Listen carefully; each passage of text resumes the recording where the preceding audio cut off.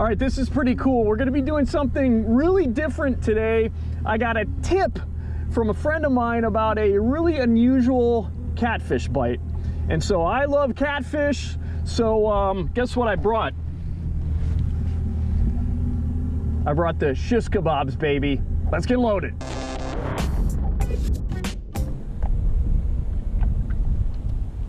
Oh God, there's one. Yes, yes, hooked up. Come on, buddy. How big are you? I'm kind of using, oh God, here we go. I'm kind of using too light of a rod. This is like kind of my sucker carp, smaller catfish rod, and this lake that I'm on is starting to get bigger catfish evidently, which is awesome. This is a lake that I ice fish for catfish on, and it is just, it's full of catfish, channel catfish. And I really don't have my drag set right.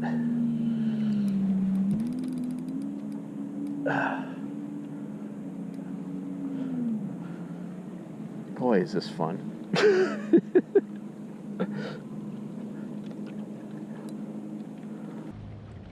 He's just dogging. I don't know when I should.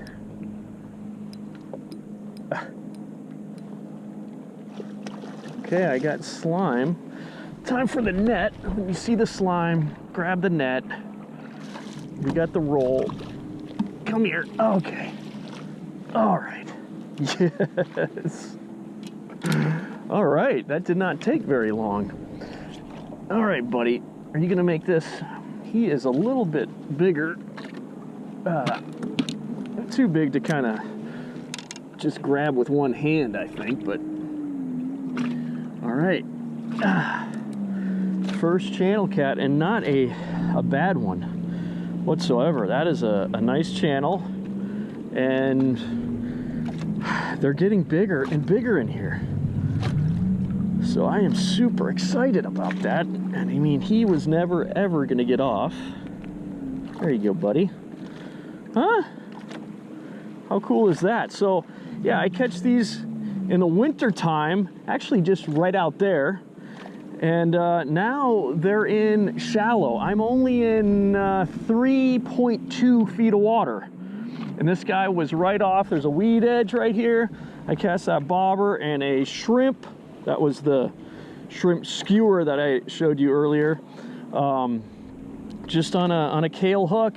I'll go into more of that, but let's catch another one.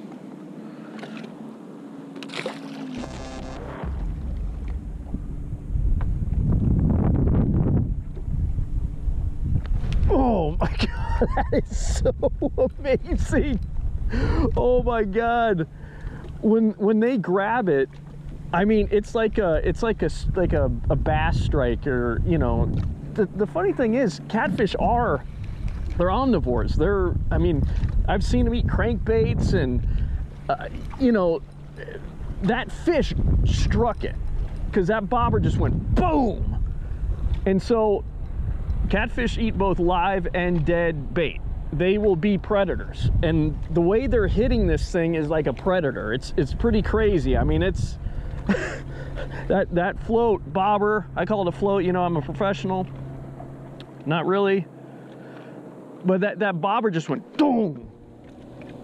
Like, it was just, it's the thing is that the way that catfish hit, he hit like there's competition down there. Like, he needed to get that and get it fast before someone else got it. Come here, buddy. My goodness. I mean, that's there's some nice catfish in here now. Jeez. I should probably back off the drag a little bit. Come on. Come on. I mean, he's not ready yet. Goodness gracious, is that awesome. This is a good one here. Golly. Come here. I need to get this net closer to me. Come here, come here. Oh my goodness, that's a good one. Come here. Ah, yes. My Lord, that's a good channel cat right there. Come here. Okay, okay, okay. All right, I gotta get out of here. There's a lot. I mean, it's a Saturday. Everybody and their brothers out here on their jet skis and whatnot. And, you know, the wind, I'm basically fishing the windward bank here. God, that's a nice catfish. I'm gonna measure this guy. And I'm just, you know, I'm just fishing the weed line here. And let's get this guy off. God, that's a nice one. Nice one. Come here, Buster Brown. And you were hooked in the whisker. You were hooked in the whisker. There you go. Oh my gosh. Yeah, that wasn't pretty. God, that's a nice catfish. Real nice size catfish right there. Beautiful. That looks like a female. The females are a little bit more, you know, pretty, you know, slender, slim, streamlined. I don't know though. I'm not 100% sure, but let's see the length of this fish. All right, let's see what we got here for a length. The length is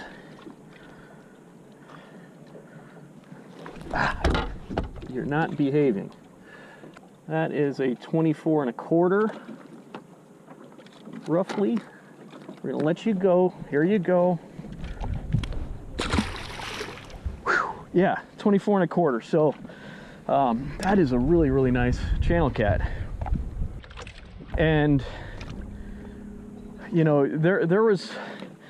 It's interesting. This average is improving, I think, because the DNR, the Minnesota Department of Natural Resources, has kind of been trying to, you know, get people to take the smaller catfish out of here. They're kind of stunted, so I think it's working.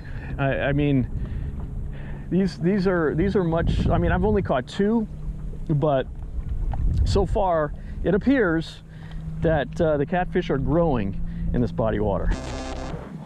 All right, let me show you the very sophisticated presentation I'm using. First of all, you need to have your shish kebab or shrimp skewer. That's critical. And you know, I found these at my local grocery store, and all I could find was this like frozen shrimp. It was like solid as a rock. And I'm like, that ain't gonna work. And then there's some jumbo shrimp, and they were like too big.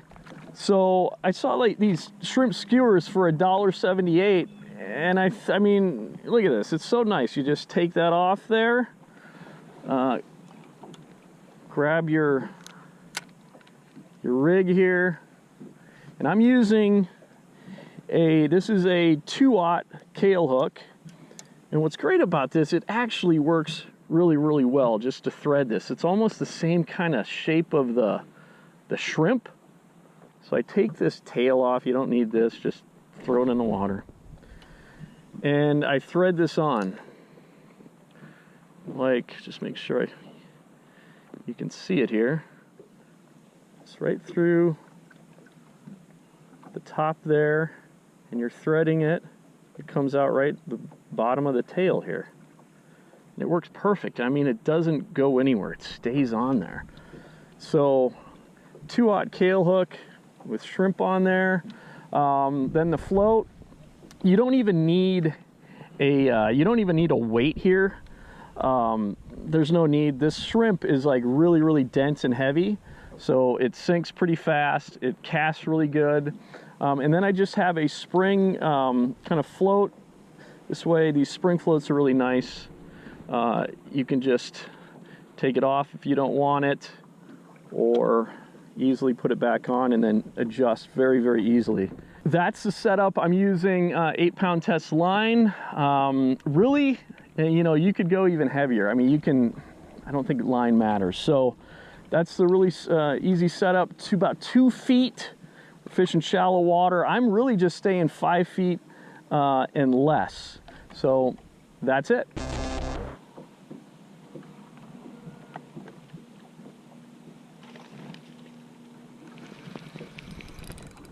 There's one. Ooh, gosh. That feels really, really big. That feels really, really big. Really, really big. I mean, this is so much darn fun, man. I think I'm the only one out here. I mean, it's a Saturday, and I'm the only one out here doing this. Oh, I don't even think people like catfish who live on this body of water. They don't even realize what they have here. Oh, I better let this... Oh, that is a good one.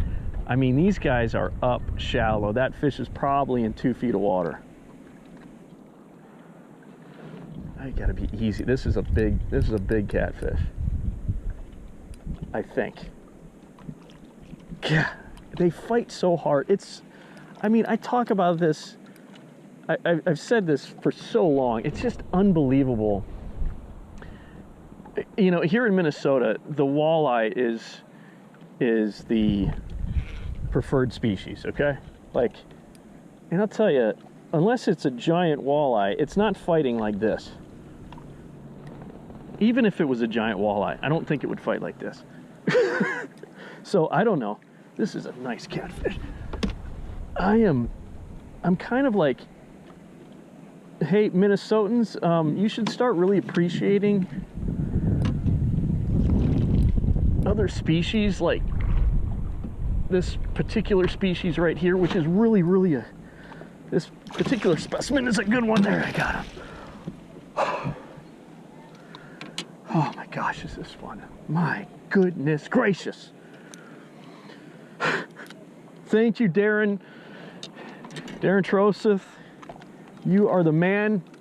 I'm gonna put a little card up here or over here. That's like what everybody on YouTube does. They like to point up when they're, you know, like sharing a video or something, or putting, you know what I'm saying. I'm gonna put a card, okay, to Darren's YouTube channel right up there, or right over there. I'm not very good at that.